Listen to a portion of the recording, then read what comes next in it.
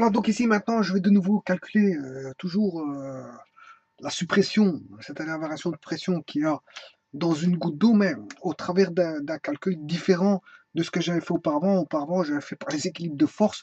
Maintenant, je vais faire au travers du travail exercé pour faire passer une goutte d'eau d'un certain volume à un autre volume.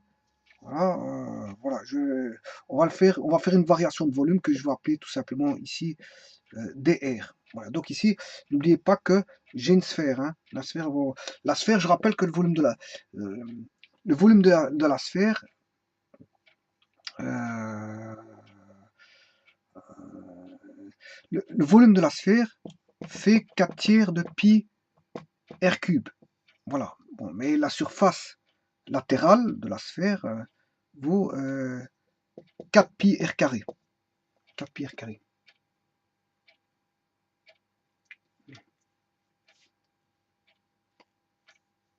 Donc, la surface latérale vaut 4 pi r carré, le volume de la sphère vaut 4 tiers de pi r cube.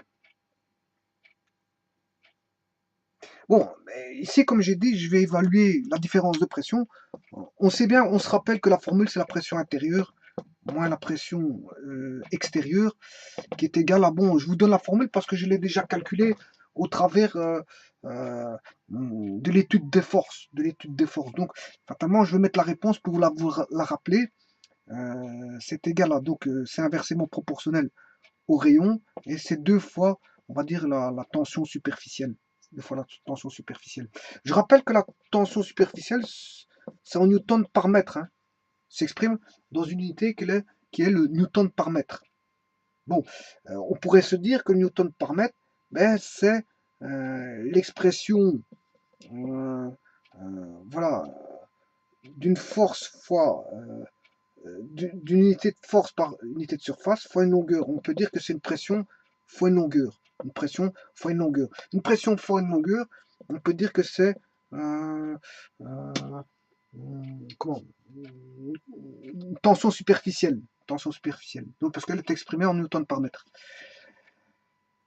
Voilà, donc maintenant je vais faire avec les travaux. Les travaux pour faire évoluer la goutte d'eau, vaincre les forces, vaincre les forces de pression. On sait bien que la pression est toujours plus grande en intérieur hein, que l'extérieur. Voilà. La pression intérieure est toujours plus grande que la pression intérieure. Pourquoi? Parce que c'est dû justement aux tensions superficielles. Hein. On a des tensions superficielles, donc la pression intérieure est plus importante que la pression extérieure. Et plus la tension superficielle augmente, et plus cette variation de pression va augmenter. Hein.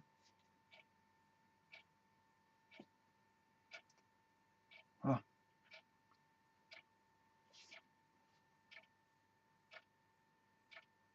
Donc quand je dis que la pression est importante ici, ça veut dire qu'on a une espèce de compression en interne, due comment est-ce qu'on appelle ça, aux tensions superficielles, aux tensions de surface. Euh, voilà.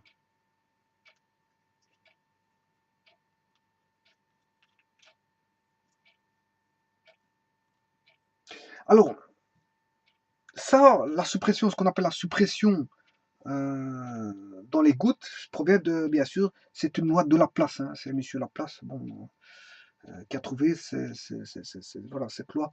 Et je vais le calculer cette fois-ci avec, on va dire, le travail. On sait bien que le travail, c'est une force fois une longueur, fois un déplacement. Le travail, c'est une force fois un déplacement. Mais si je pratique, ici, je vais faire une variation de volume de la sphère, voilà, d'une distance dr, infinitésimale, dr. Donc, ce qui veut dire que je ne vais pas parler en termes de travaux, mais en termes d'éléments de travaux. Donc, ce sera une force fois une variation d'unité de longueur. Or, cette unité de longueur qui va être modifiée, c'est dr, et non pas dl. Ici, j'ai exprimé comme étant dr pour voilà, R pour rayon et des R pour distance d'agrandissement du rayon, si vous voulez. C'est pour ça que je prends des R. Bon, mais on sait bien qu'on aura des travaux de force extérieure, voilà, pour augmenter le volume, et des forces résistantes. On aura une force motrice pour augmenter le volume d'une distance dr et des forces de contrainte extérieures qui vont l'en empêcher. Ça veut dire qu'il y aura une force motrice et une force résistante. Alors, quelle sera la force résistante? Ce seront les forces extérieures. Donc, comme elles sont résistantes, je vais mettre avec un moins. Alors que la force motrice intérieure sera motrice. Et donc là, j'aurai moins F fois dr. Et là, bon, c'est la même chose parce qu'il y a un équilibre des forces dans la mise en place des travaux pour monter d'une distance dr le volume, passant d'un certain volume à un volume un autre volume. Alors, on sait bien que la force, on sait bien que F, la force, c'est, on sait bien que la pression, c'est F sur S. Donc la force, c'est P fois S. La force, c'est P fois S. Donc, la force ici, je vais l'exprimer en termes de pression. C'est P fois S fois dr. Avec un moins, bien sûr, parce qu'il y a toujours cette notion de résistance, de contrainte, je veux dire, à la force motrice d'augmentation du volume. Là, on aura P fois S fois dr. Si ce n'est qu'ici, ce sont les pressions extérieures et la pression intérieure. Donc, si j'évalue le travail total pour faire, voilà, augmenter le volume, mais c'est la somme des travaux des forces extérieures, c'est-à-dire c'est le travail des forces extérieures plus le travail des forces intérieures. Or, voilà. Or, celui-ci vaut, on sait bien, moins F, moins P extérieur SDR, moins P extérieur SDR, et l'autre plus P intérieur SDR. Voilà. Donc, ce qui veut dire qu'ici, je vais mettre à l'endroit, je vais plutôt mettre P intérieur, P pression intérieure, fois SDR, moins, je vais commuter, hein, je vais permuter, on va mettre moins P extérieur SDR, moins P extérieur SDR. Je vais mettre SDR en évidence, donc j'aurai P intérieur moins P extérieur S fois dr. Voilà. Mais on sait aussi que le travail, qu'est-ce que c'est? J'ai dit, c'est une force fois une distance. C'est aussi la force, on sait bien que c'est une pression, c'est une force sur une section. Donc la force, c'est P fois S. P fois S, donc je peux écrire ici que c'est P fois S fois L. Voilà.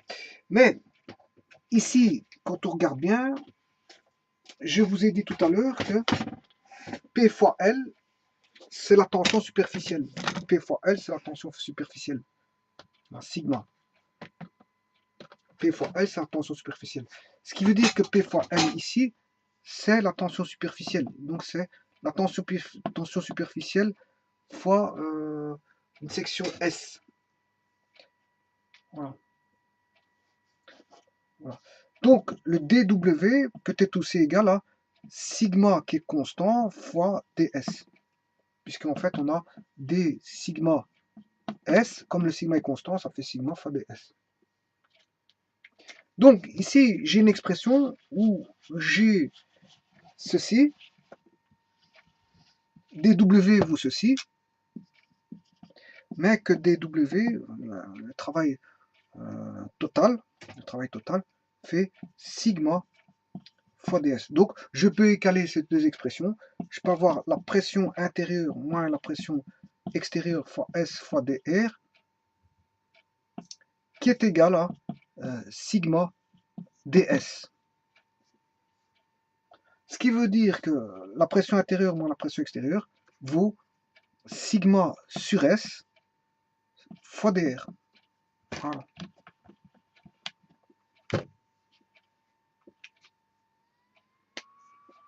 Donc maintenant, je vais calculer ça. Je vais calculer ça.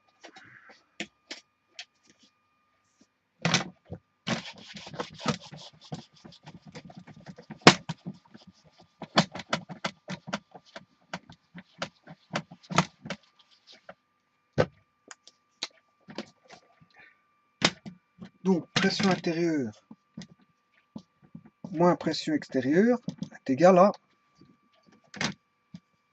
sigma ds, le tout sur S fois dr.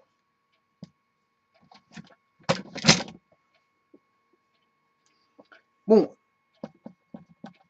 la pression intérieure moins la pression extérieure, le sigma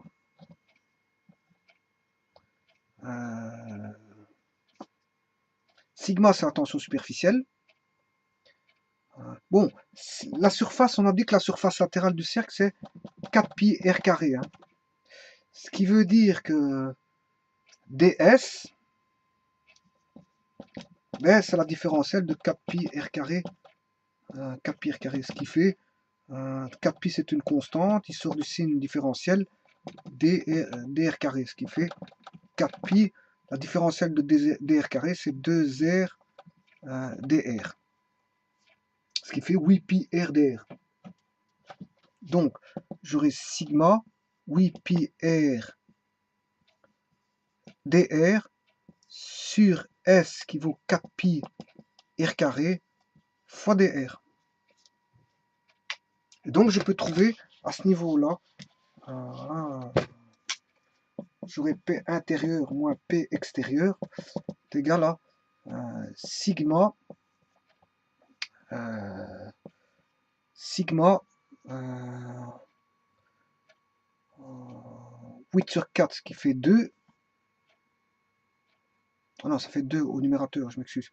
2 sigma, 8 sur 4, ça fait 2. Les pi se simplifient. Il va rester R, dr se simplifie, il va rester R sur R carré.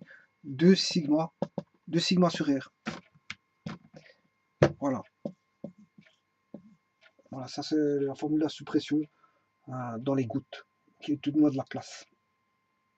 Qui était, voilà, je sais pas quand elle a été trouvée, à quelle date, il fallait voir la place, en quelle année il a trouvé ça, bon, l'année de naissance et de la mort de la place, parce que pour les situer, dans les années 1700, je ne me rappelle plus combien, 1700, je ne me rappelle plus, 1700, quand est-ce qu'il est né, du moins, quand est-ce qu'il est né, 1750, enfin, je ne me rappelle plus, voilà, je l'ai su.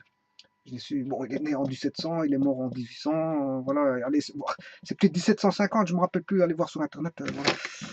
Là, on n'a pas la question de savoir quand est-ce qu'il est mort ou décédé, voilà, mais quand est-ce qu'il a trouvé encore moins, parce que je le sais encore moins, ça.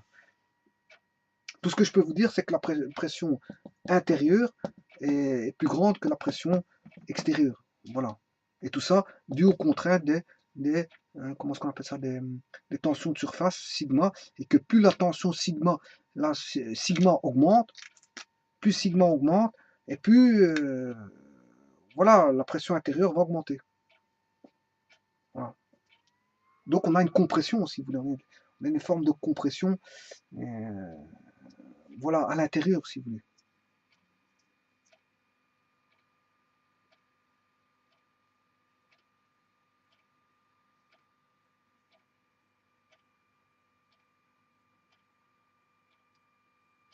Et donc, la loi de Laplace permet, grâce à de calculer cette fameuse différence de pression, delta P. Delta P. Maintenant, on peut aussi trouver les tensions superficielles, puisqu'en fait, si on connaît la différence de pression et le rayon, je peux trouver la tension superficielle, parce que connaissant la pression intérieure et extérieure, mais sigma vaudra quoi? Vaudra R sur 2, 1 sur pression intérieure moins pression extérieure. Sigma 2, non, je m'excuse, fois.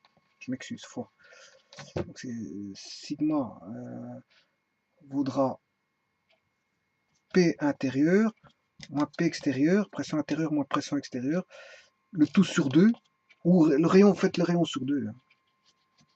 Faites le rayon sur 2, voilà, fois la pression intérieure moins la pression extérieure, et donc le delta P, sigma vaudra R demi fois le delta P. Bon, donc connaissant le delta P, on peut calculer le sigma, mais connaissant le sigma, on peut calculer la variation de pression. Parce que le diamètre de la goutte, il est connu, donc fatalement son rayon, il est connu. Voilà, je vous remercie. Oui, ce que je voulais juste dire, c'est que, ouais, il y avait quelque chose que j'oubliais, c'est qu'ici, qu'est-ce que c'est que ce DS? Parce que je ne l'ai pas dit tout à l'heure. Qu'est-ce que c'est que ceci? C'est le travail de la tension superficielle, tout simplement.